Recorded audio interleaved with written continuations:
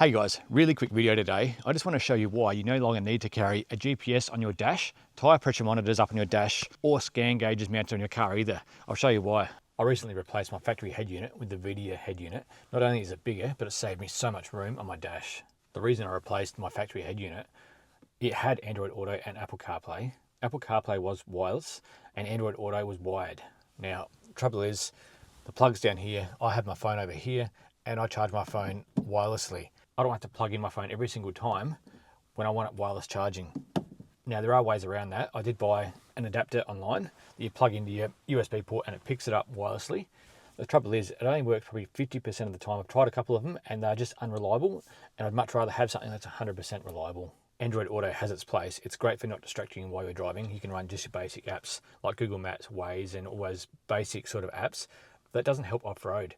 I like to be able to run my off-road maps like Explore Oz, if you want HEMA, or any other off-road maps that you've got. You cannot do that through Android Auto. So one of those wireless adapters is just no good because you still can't run the apps that you want to run. So you still have to run your off-road maps on a GPS on your dash, on your phone, or I even had to mount a tablet right here just so I could use my off-road maps. And then you've got to plug it in permanently, and then you also got a hotspot to it every single time, unless you also buy a SIM card for your tablet like I had to do, to be able to run it all the time in here with the maps. Otherwise, you've got a hotspot to your phone every single time, and it gets really, really old really quick.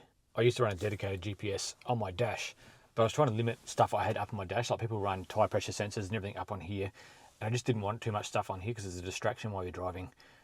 So I decided to change to my tablet from my GPS unit, which then I could run any sort of app I wanted to rather than just be limited to one app on that GPS. Trouble was mounting it. You can get suction caps that mount to your windscreen, but they're very unreliable off-road. You don't want it falling down and smashing on the floor. Then I found this mount here, which has got two poles leaning down and bolted to your seat, and that's fully adjustable, and it is great. It doesn't move, but it does sort of wobble while you're driving off-road. And also, when you get a passenger in the car, they've got no room to sit.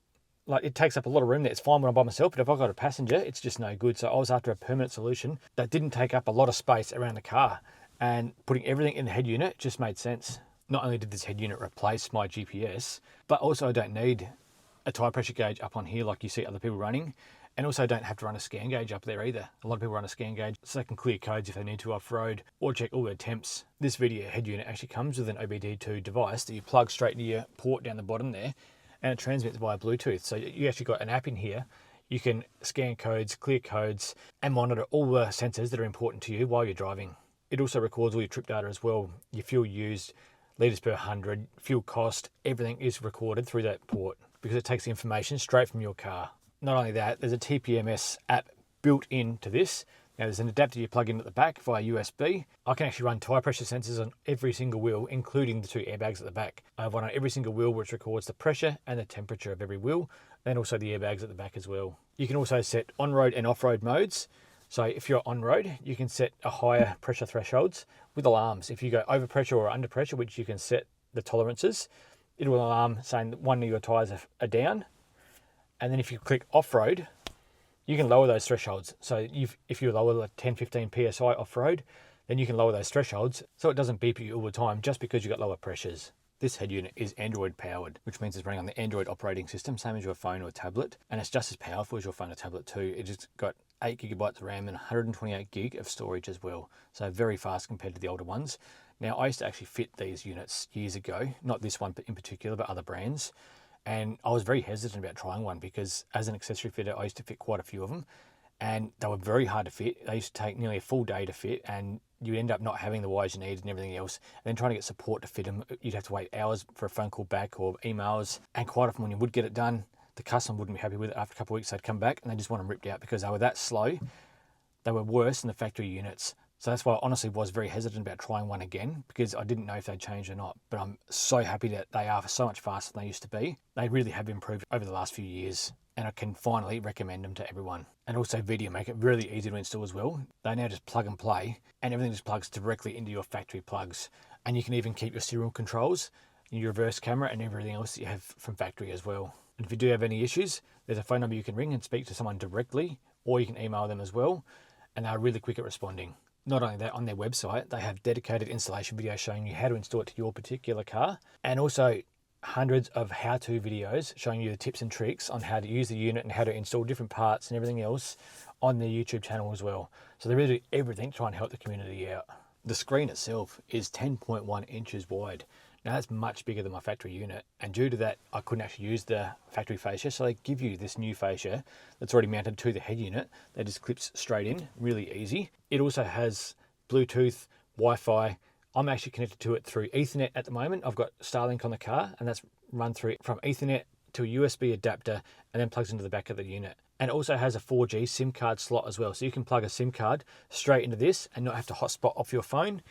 I'm lucky I don't have to hotspot off my phone because I have Starlink on the car. Because it's a tablet, it has the Google Play Store, so you can actually download any single app that's on your phone.